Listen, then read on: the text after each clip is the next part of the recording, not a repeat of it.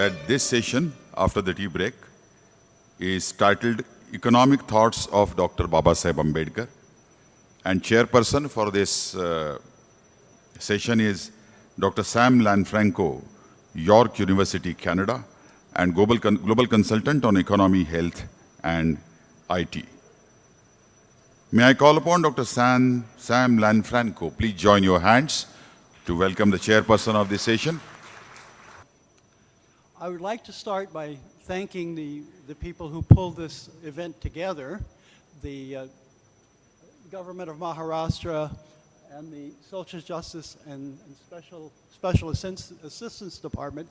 But I would also like to thank you for coming. You've taken time out of your lives to come here. This is very important for me, and I'm sure it's very important for you. And the one thing I will start with is that I like questions. At the end of this, if you have questions, chase me down. As long as I'm alive, I will try to answer your questions, probably with more questions. I would like to first start with a tribute to Dr. Ambedkar. I first encountered him 25 years ago when I was involved in the founding of the Ambedkar Center for Justice and Peace and his centenary celebrations. We held those in Toronto, in Canada, near where I live. I would like to start by commenting and saying that my view as an outsider, and we have the experts on the panel who know much more about Ambedkar and much more about his economics than I do, so I'm going to talk in more general terms. As an outsider, my reflections on Ambedkar and his writings can be summarized in a fairly simple way. I'm an economist. I have another friend who's an economist, originally from Bengal, Amartya K. Sen. Amartya K. Sen has won the Nobel Prize in Economics and has shared the national award in India with Dr. Ambedkar posthumously for contributions to civil society here. But Dr. Ambedkar would have won a Nobel Prize in Economics had he been alive when the Nobel Prize was being awarded. There's no question about that. Unfortunately, it's not given posthumously, so we can't go back and give it, but there's no doubt in my mind, and there should be no doubt in your minds. Okay. Having said that, I want to make some very simple comments. He was a scholar, he was a statesman, he was very wise as a political actor. I won't call him a politician because I think politician does not do him justice. I would say he was a very wise actor on the political stage. And I would like to open my comments about him by having you reflect on one thing. One thing, a very simple thing. The actions of two people that were very ordinary actions. When he was a child and a student, he had a teacher who said, "This is a bright student." He did not say, "This is a schedule cast student." He said, "This is a bright student." A very simple observation and a very simple action. And the Maharaja of Baroda agreed and said, "This is a bright student" in later years, and I will fund his education. Both merit-based decisions on the part of two people making very ordinary decisions. What I'd like you to think about for a moment now and a little longer later is what would have happened if that teacher had said to Ambedkar, "You should go to the fields and become a sugarcane worker."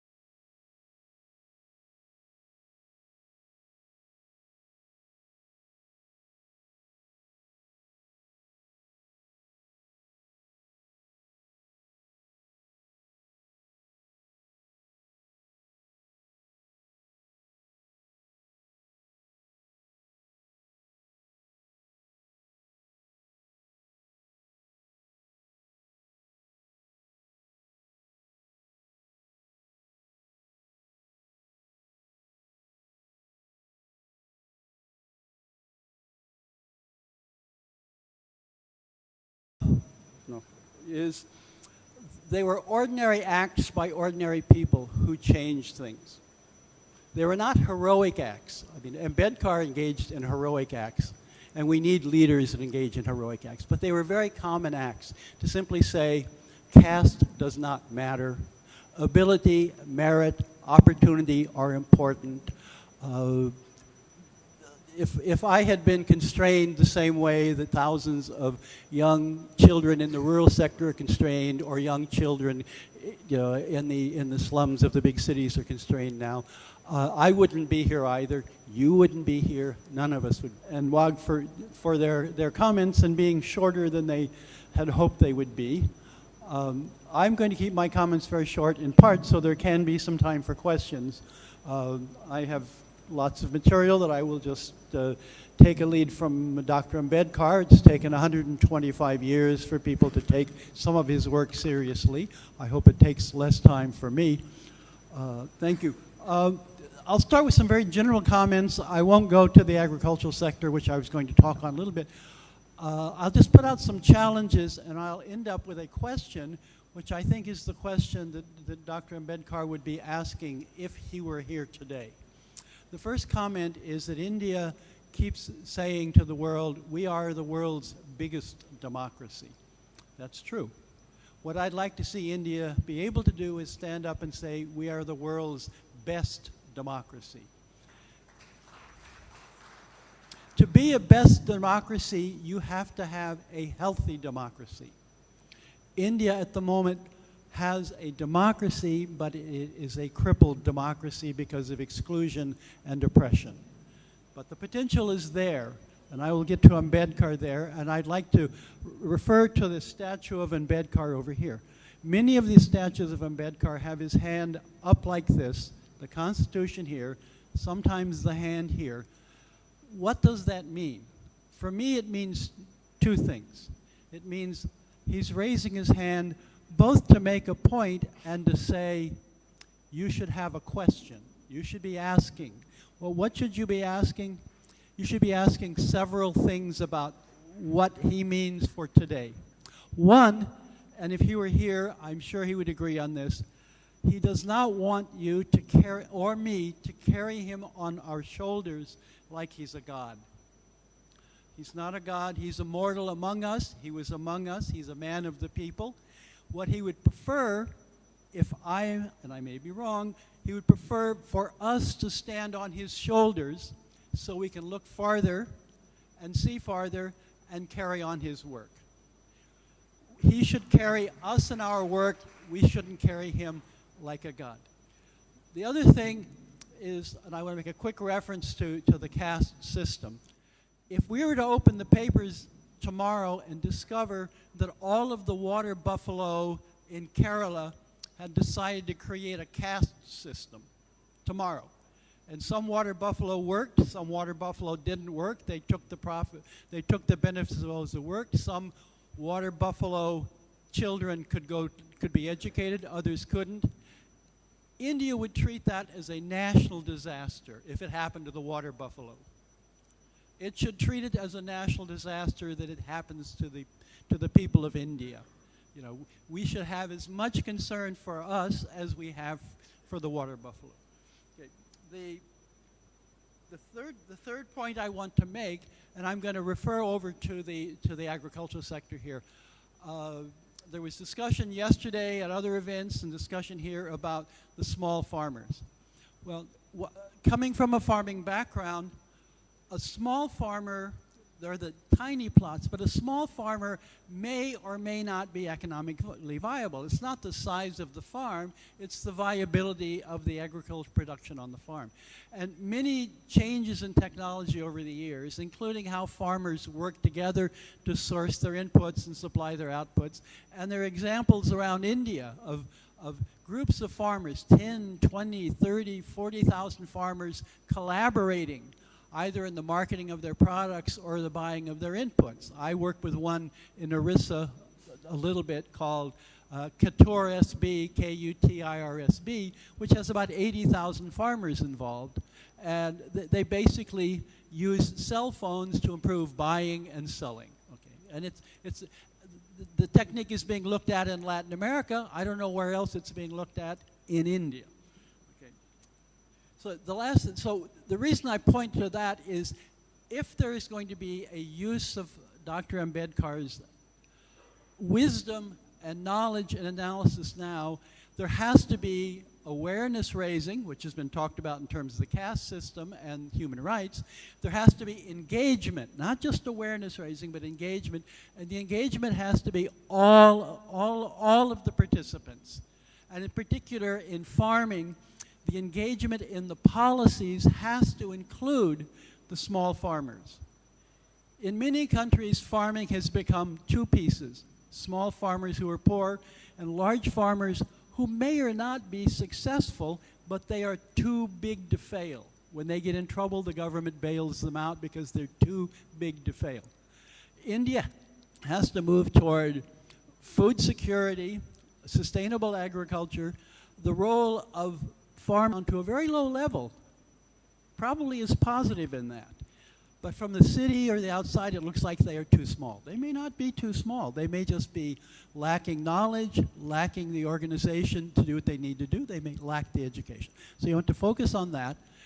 And the last thing I want to say there is, if there's going to be aggregation of land, the migration of farmers to the urban areas, or the children of those farmers, they will not be getting industrial jobs even if they are there, because they don't have the education, they don't have the skills, they don't have the training, and they are not getting them in the cities. And if they do move to the cities, and if you look at China today, much of the population that moved to the cities to take industrial jobs and urban jobs in the last 2 decades is currently unemployed in the cities, and it's a major source of social stress in China today. Those workers outside those steel mills that have been closed cannot go home, and they cannot stay there. So you want a healthy economy, a healthy socioeconomic system to have a healthy democracy. You want a healthy democracy that has everybody engaged, not just in making policy through the parliamentary democratic process, but in implementing the policy. You want to have both engagement in policy making and implementation. My last point here is, if you don't do that, powerful forces will appropriate Ambedkar and his ideas, and they will use them for policies and implementations that do not fulfill the vision that Ambedkar had. So I will finish by just saying, if Ambedkar were here, he would probably say, do not talk anymore about what I said. Talk about what you are going to do now. You can benefit from my knowledge, but what are you going to do now? So thank you, Jai Bhim. Thank you for inviting me.